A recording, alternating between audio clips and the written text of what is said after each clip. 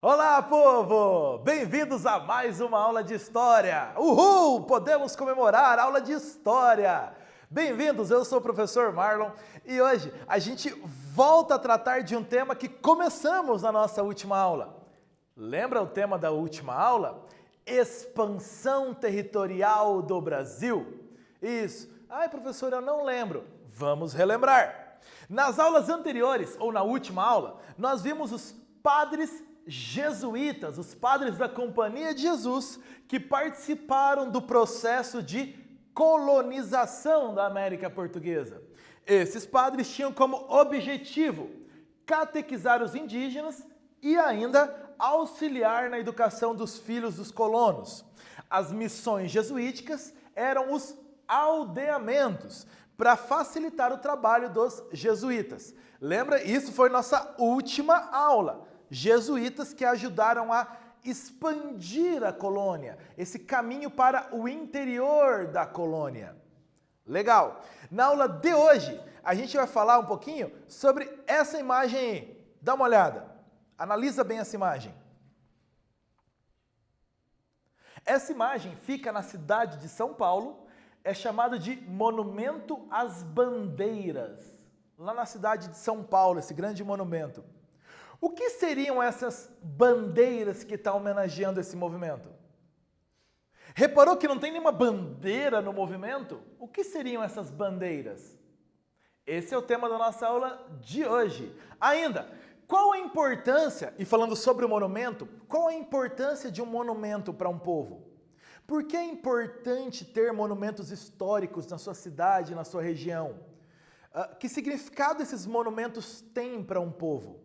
Normalmente, um monumento é ligado à identidade, à história, à cultura desse povo, para lembrar alguns aspectos para esse povo, ou lembrar da sua história, da sua cultura, da sua identidade. Então, o monumento é um processo histórico que tem a ver com a construção da identidade de um povo. Esse monumento às bandeiras em São Paulo vai muito nessa linha. Lembrar para os paulistas sobre os bandeirantes. E esse é o tema da nossa aula de hoje.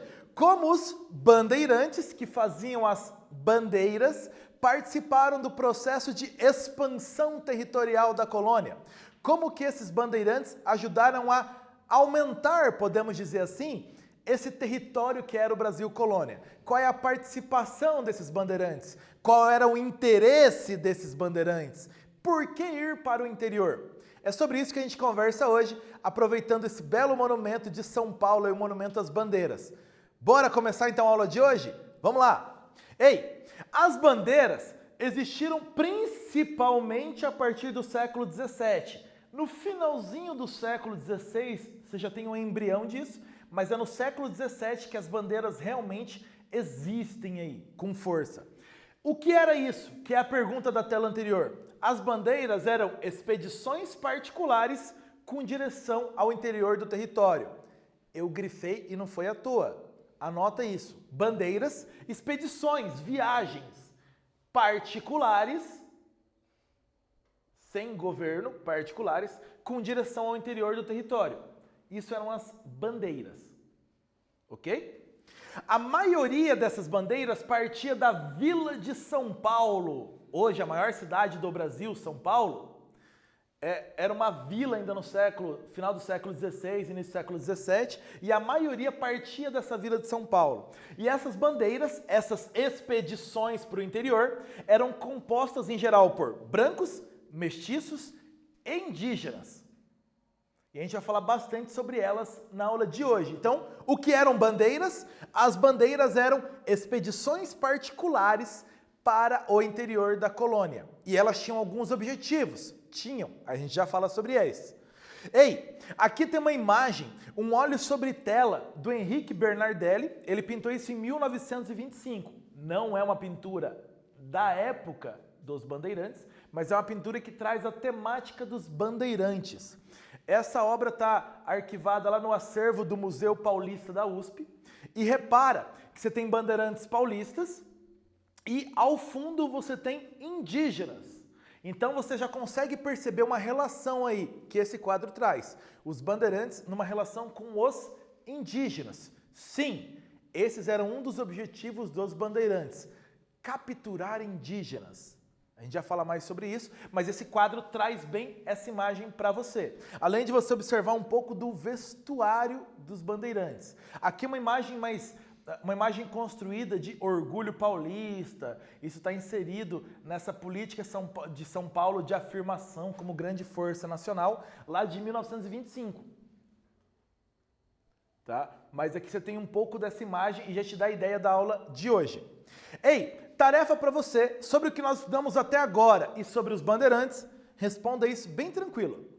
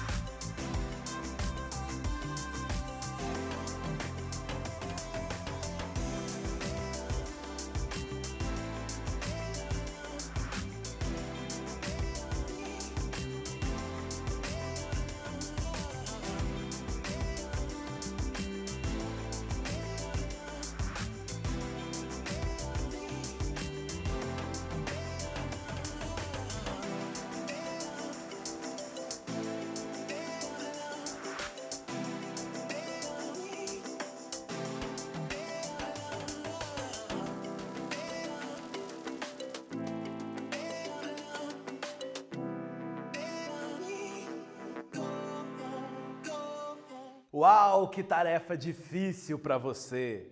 A gente falou tanto disso já nessa aula. Primeira pergunta, o que eram as bandeiras? As bandeiras, então, eram expedições particulares com direção ao interior do território, com direção ao interior da colônia.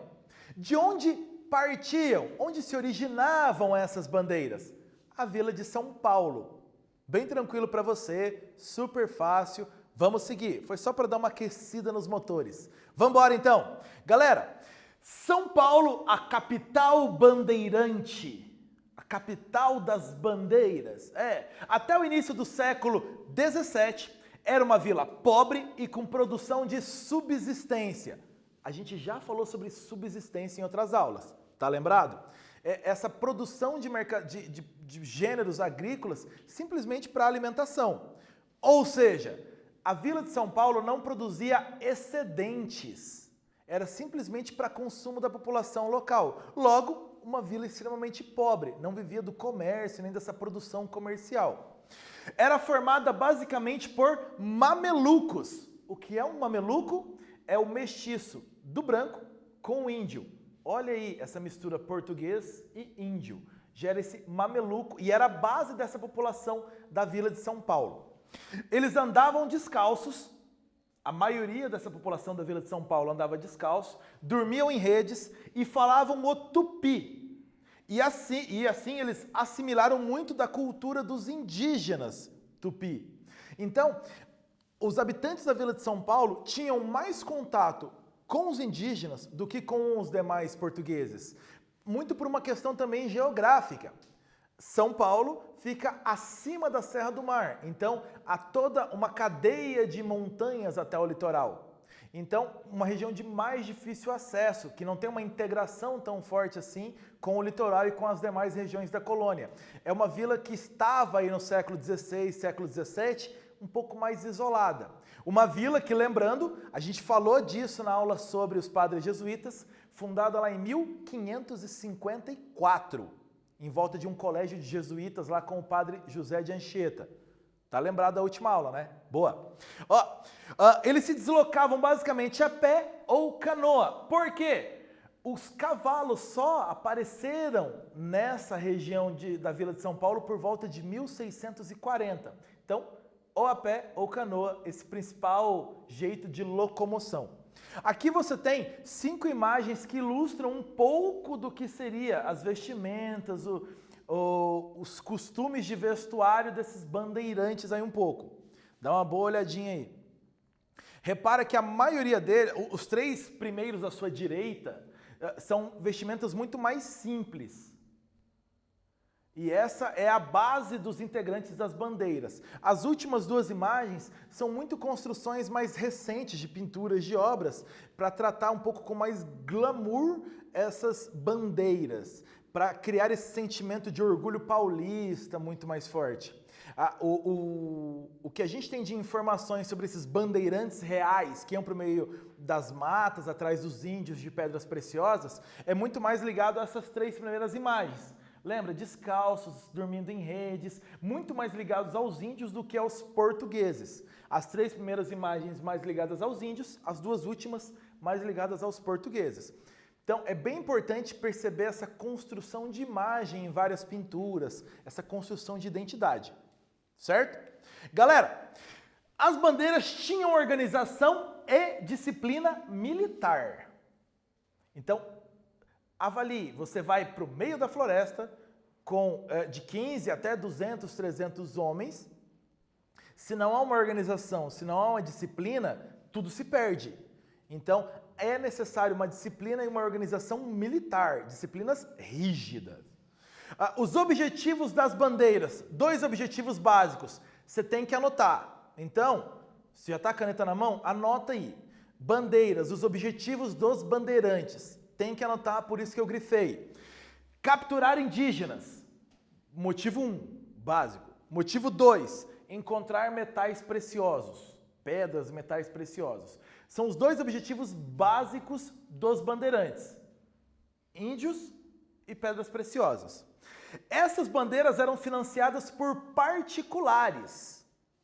Mais para frente, com o sucesso dessas bandeiras, começaram o que a gente chama também de entradas. Expedições financiadas pelo governo português com objetivos voltados aos interesses do governo, mas em muito menor quantidade. As bandeiras são financiadas por particulares em troca de metade dos indígenas aprisionados normalmente ou de lucros com os metais preciosos. Então, pessoas particulares que financiavam essas viagens, claro, em busca de algum lucro. E isso passou a interessar muito aos habitantes de São Paulo. Tarefa para você sobre essas bandeiras, essas definições de bandeiras. Bem tranquilo, a gente já volta.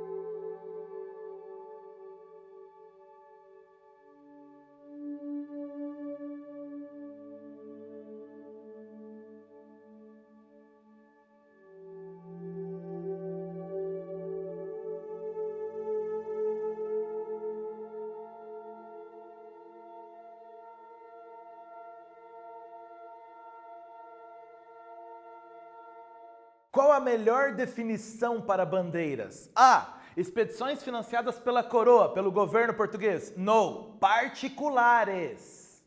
Lembra disso. B. Movimento de fundo catequético liderado pelos jesuítas. Não.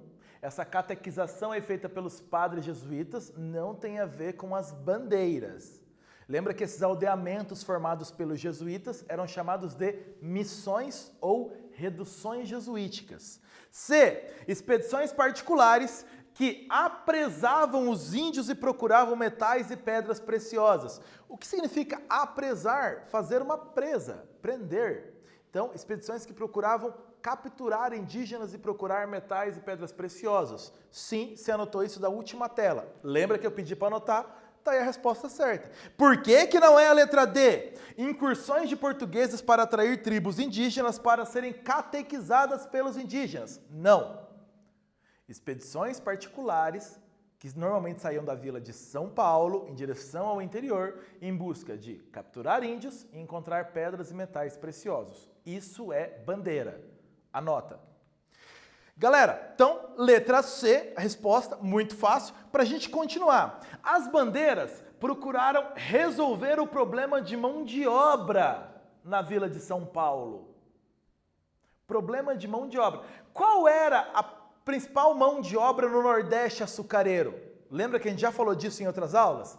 Mão de obra escravizada, que veio primeiro dos indígenas, mas depois dos africanos. A principal mão de obra no Nordeste açucareiro, escravos vindos da África. Boa.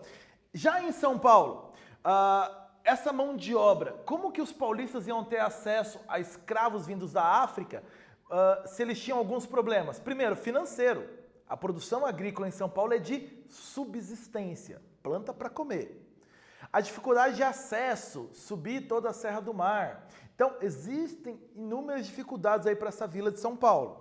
Então, a ideia era buscar no sertão um remédio para seus males, como se dizia na época. Então, qual era o remédio para os males? O mal, a falta de mão de obra. Qual era o remédio? O indígena que ia suprir essa mão de obra. A princípio, os indígenas eram capturados em regiões próximas a São Paulo. Depois, eles foram avançando para regiões mais distantes. Óbvio, os indígenas passaram a fugir desses paulistas. Nas bandeiras, os indígenas que trabalhavam nas bandeiras, que iam nas missões, nessas expedições para dentro, para o interior, eles eram muito usados como guias ou como carregadores. Ninguém melhor que o próprio indígena para conhecer a terra indígena. Ou usados como carregadores nessas expedições, era a função dos indígenas. Ei, as bandeiras são divididas em 3 tipos. 3. Está aqui grifado para você. Um desses tipos, bandeiras de apresamento. Acabei de falar dessa palavra. Apresamento, fazer uma presa, capturar. Então, captura de indígenas para vendê-los como escravos. Segundo tipo de bandeira, mineração. Procura de metais preciosos. Minerar. Bem tranquilo, mineral. Terceiro, sertanismo de contrato. Olha que expressão mais diferente. Era um combate de rebeliões indígenas, captura de escravos fugitivos, prestando serviços. Contrato. Eu te contrato para fazer um trabalho. Então essa é a ideia do sertanismo de contrato, como a gente chama esse tipo de bandeiras. Então eram bandeirantes que eram contratados por senhores de engenho e por outros para ou acabar com rebeliões indígenas ou ir atrás de escravos que fugiam, que se refugiavam em quilombos. Tá lembrado lá do Zumbi dos Palmares que a gente já falou? Isso, muito bem. Ei, as bandeiras de apresamento tinham algumas características. Elas iam em busca do negro da terra, uma expressão muito típica à época. O indígena, negro da terra, o indígena. Para trabalhar nas lavouras e no transporte de mercadoria. O trabalho escravo, como havia no Nordeste açucareiro os escravos africanos trabalhando, a ideia aqui é conseguir indígenas para um trabalho muito parecido. A venda de escravos indígenas era uma forma de fugir da miséria e busca de alternativas para sobreviver. Lembra? Solucionar uma solução para os males. Então, precisamos de escravos. Vamos atrás dos indígenas. Segundo, e se conseguirmos vender esses indígenas como escravos? Já é mais uma fonte de renda. As missões jesuíticas eram um alvo constante. Por quê? Vamos lá, reflita comigo. Você precisa capturar indígenas. Qual é o melhor lugar para eu encontrar indígenas? Espalhados todos na floresta ou reunidos em aldeamentos? Reunidos em aldeamentos, muito mais fácil. Segundo ponto, por que da preferência por missões jesuíticas? Lembra que os padres, para conseguir catequizar esses índios, precisavam ensinar o português, ensinar a falar o português, ensinar os costumes portugueses, ensinar a trabalhar como português, a ter crenças religiosas como português. Ou seja, o indígena que vivia no aldeamento, na missão jesuítica, estava muito mais pronto para o trabalho do que um indígena que não estivesse ali. Então, por todas essas facilidades, as missões jesuíticas eram o alvo favorito dos bandeirantes. Indígenas em maior quantidade e melhor preparados para o trabalho que eu espero deles. Galera, tarefa sobre essa busca pelos indígenas.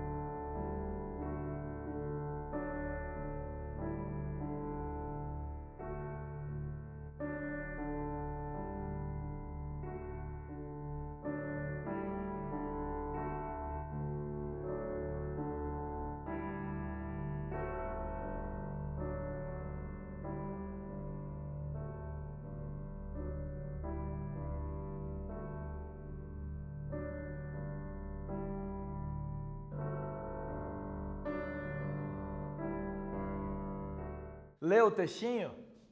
Bem tranquilo, explica um pouco dessa gana de São Paulo aí por essas bandeiras. Por que a busca pelo indígena? Para resolver o problema da mão de obra em São Paulo, na vila de São Paulo. Sem excedente comercial de produção, não havia renda para ter acesso à escravidão africana. Por isso você tem que prestar atenção quando eu estou falando. Lembra que eu já falei exatamente essa frase. Como não havia esse excedente comercial, não havia dinheiro para comprar um escravo vindo da África. Presta atenção. Ainda servia de fonte de lucros, vendendo para outras partes da colônia o indígena escravizado. A presença holandesa atrapalhou muito o comércio português de escravos africanos. Lembra que nós falamos já das invasões holandesas ao Nordeste? E que eles também dominavam áreas na África, áreas exportadoras de escravos na África. Então isso atrapalhou muito o comércio para colonos portugueses, a chegada de escravos africanos para colonos portugueses. E aí, essa venda de escravos indígenas dos bandeirantes vira uma fonte de lucro imensa. Tudo nesse contexto, repara, tudo misturado. Por que o interesse por metais preciosos? E aí a dúvida é bem tranquilinha, né? O sonho do Eldorado era antigo entre os colonos. Então havia essa lenda do Eldorado, ou procurar-se um lugar cheio de metais preciosos com muita riqueza. Por que eu vou querer ir atrás de ouro? Para enriquecer rapidamente, e esse é o sonho dos bandeirantes, de boa parte deles. Povo, as bandeiras de mineração, já que falamos de metais preciosos. Depois da crise do setor açucareiro, que tem muito a ver com a presença holandesa no Brasil, e depois com a expulsão deles do Brasil, lembra que falamos disso? O governo incentivou a procura por metais preciosos, ou por pedras preciosas. As pequenas quantidades de ouro encontradas em regiões das atuais cidades de Curitiba e Paranaguá estimularam entradas para o sertão em busca de jazidas maiores. Então, em regiões onde ficam hoje Curitiba, Paranaguá, nessas regiões encontrou-se um pouco de ouro de aluvião, esse ouro das margens dos rios misturado à água, que a gente vai falar mais para frente ainda. Então, a partir daí, animou-se. Existe ouro nessa terra realmente. Vamos continuar a busca. E a maioria das expedições, quando esse ouro se esgotou, esse ouro de aluvião se esgotou nessa região mais de Curitiba, Paranaguá, até perto da Vila de São Paulo, foi-se para essa onde hoje é a região central do Brasil, Minas Gerais, Goiás, Mato Grosso. E lá onde realmente foi encontrada a maior quantidade dessas jazidas. A região central, então, passou a ser o principal alvo a partir do que foi encontrado aqui nessa região. O sertanismo de contrato, terceiro tipo de bandeira. Apresamento, mineração, sertanismo de contrato. Em geral, era no Nordeste. Por que no Nordeste? Se é de contrato, eu preciso de alguém que realize um trabalho para mim e vou pagar por isso. Nordeste açucareiro, clássico para isso.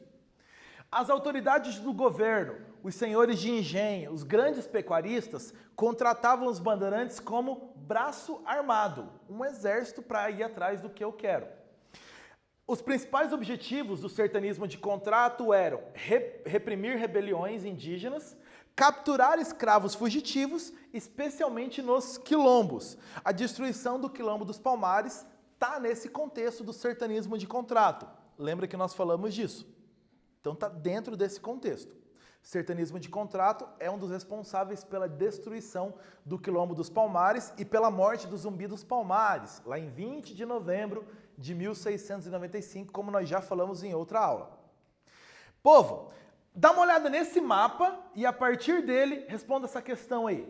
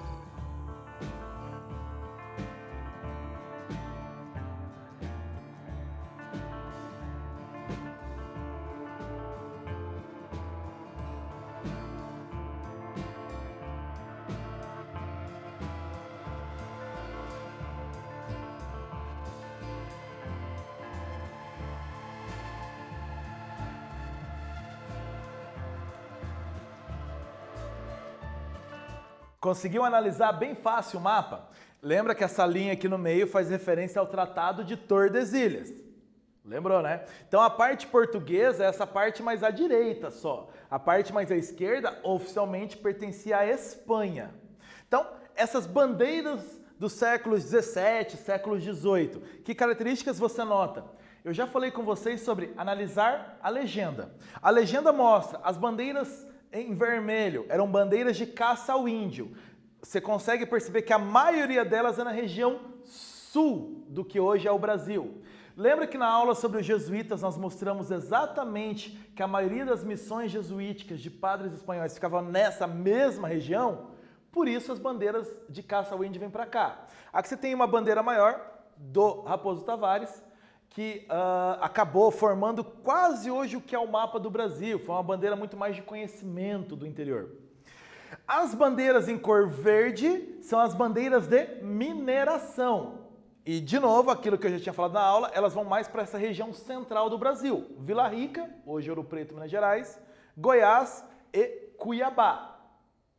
E ainda você tem as principais bandeiras de sertanismo de contrato no Nordeste, em volta de Recife, Olinda e de Salvador, as principais regiões onde havia a produção de cana-de-açúcar, as regiões canavieiras. Então, os três tipos de bandeiras expressos nesse mapa.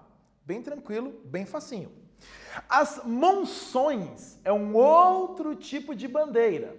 São as chamadas bandeiras de comércio, navegando pelos rios com o objetivo de abastecer localidades isoladas e regiões mineradoras distantes do litoral, fornecendo alimentos, roupas e outros produtos. Elas também serviam como meio de comunicação. Como assim? Eu vou voltar na tela do teu exercício. Olha aí. Essas bandeiras mais longe de São Paulo, principalmente, então as monções levavam alimentos, roupas, ferramentas, o que fosse necessário para essa população e serviam como meio de comunicação. Então as monções iam pelos rios, normalmente de canoa, para esses lugares. Quais os resultados da ação dos bandeirantes, os resultados práticos para a gente, para a história do Brasil? Aumento das fronteiras além do Tratado de Tordesilhas. Reparou que na tela do exercício, as bandeiras passaram muito além da linha de Tordesilhas. Ainda, descoberta de metais preciosos, não só na região de Curitiba e Paranaguá, mas principalmente na região central do Brasil. Destruição de missões jesuíticas nas bandeiras de caça ao índio. Desenvolvimento de São Paulo. São Paulo passa a ter uma força muito grande, principalmente a partir do descobrimento de metais e pedras preciosos. E ainda a destruição de povos indígenas vítimas dessas bandeiras de apresamento. Tranquilo?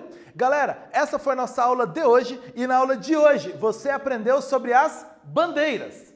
E as bandeiras eram expedições que saíam de São Paulo normalmente em direção ao interior. Anotou, né?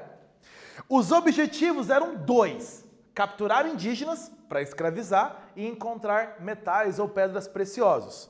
Terceiro, ajudaram a ampliar as fronteiras da colônia, essa ideia de expansão que os bandeirantes estão inseridos.